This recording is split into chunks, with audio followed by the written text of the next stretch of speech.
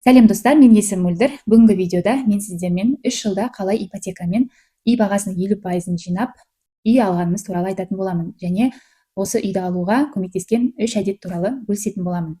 Видеоны соңына дейін қараңыз, лайк басыңыз және достарыңызға таратыңыз. Өзімді таныстырып өтсем, мен 6 жылдық тәжірибесі бар қаржы экспертімін және инвестормын.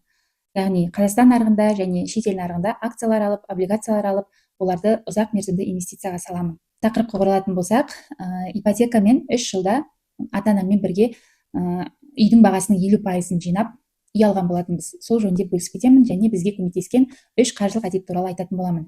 Ең бірінші әдет бізге көмектескен ол қаржылық дисциплина, яғни тәртіп. Біз міндетті түрде өзіміздің айлығымыздың кем дегенде 10%-ын жинап отырдық. Яғни кем дегенде 10%, көп дегенде 50%-ға дейін өсіріп, 3 жылдың ішінде әрбіріміз ақшамызды салып, солай жинаған болатынбыз. Бізге көмектескен екінші қаржылық әдет ол кіріс шығындарды жазу. Яғни егер біз өзіміздің шығындарымызды бақылауда ұстамасақ, немесе кірісімізді бақылауда ұстамасақ, онда біз ақша жинай алмайтын едік. Сондықтан, егер сіз осы видеоны қарап отырсаңыз, міндетті түрде бүгіннен бастап кіріс шығын есебін жүргізіңіз. Не үшін жүргіземін дейтін болсаңыз, осы жерде сұрақ туындаса, онда мен сізге айтатыным, осы кіріс шығынды жазып отырып, міндетті түрде анализ жасауыңыз керек. Мысалы, бір ай жазып шықтыңыз, екінші ай жазып шықтыңыз, үшінші ай жазып шықтыңыз, және осы 3 айдағы кіріс шығындарын салыстырып, қай айда сізде көбірек шығын болғанын, немесе қай жерден сізге табыс келгенін, соны бақылауда ұстасаңыз болады. Ақша жинауда бізге көмектескен үшінші әдет ол біздің нақты қаржылай мақсатымыздың болуы. Яғни, егер адам өзінің алдына нақты түрде қаржылай мақсат қоймайтын болса, ол адам ақша жинай алмайды.